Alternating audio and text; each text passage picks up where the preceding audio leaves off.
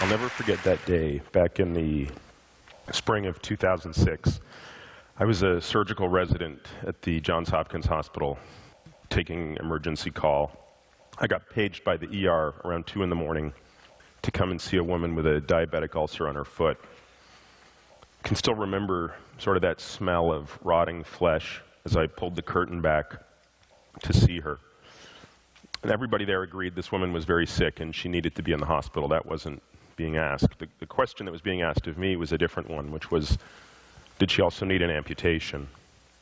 Now, looking back on that night, I'd love so desperately to believe that I treated that woman on that night with the same empathy and compassion I'd shown the 27-year-old newlywed who came to the ER 3 nights earlier with lower back pain that turned out to be advanced pancreatic cancer.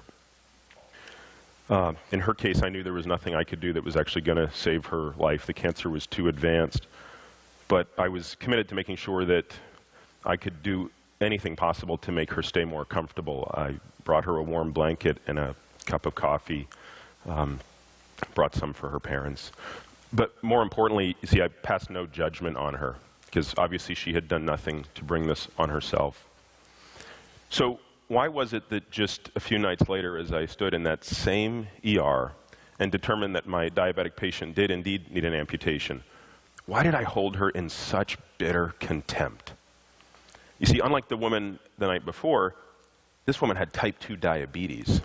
She was fat. And we all know that's from eating too much and not exercising enough, right? I mean, how hard can it be?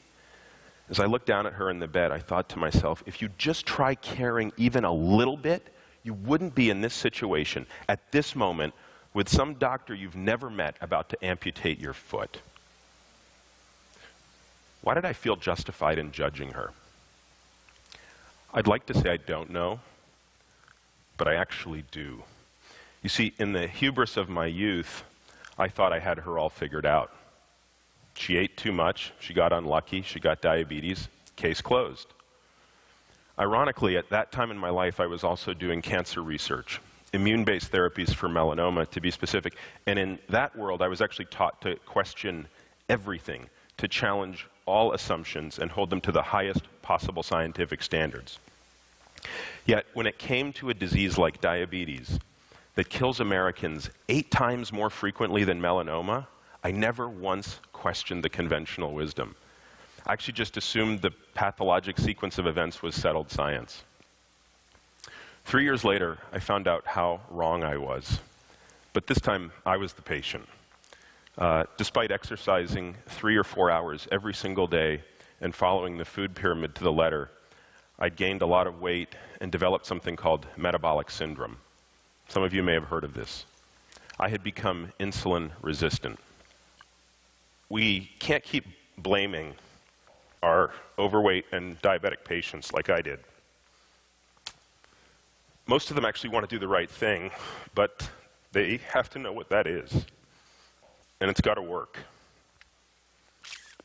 I dream of a day when our patients can, shed their excess pounds and cure themselves of insulin resistance, because as medical professionals, we've shed our excess mental baggage and cured ourselves of new idea resistance sufficiently to go back to our original ideals.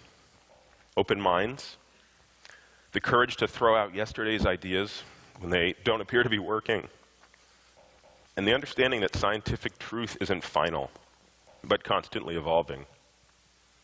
Staying true to that path will be better for our patients and better for science. If obesity is nothing more than a proxy for metabolic illness, what good does it do us to punish those with the proxy? Sometimes I think back to that night in the ER 7 years ago. I wish I could speak with that woman again. I'd like to tell her how sorry I am. I'd say, as a doctor, I delivered the best clinical care I could. But as a human being, I let you down. You didn't need my judgment and my contempt.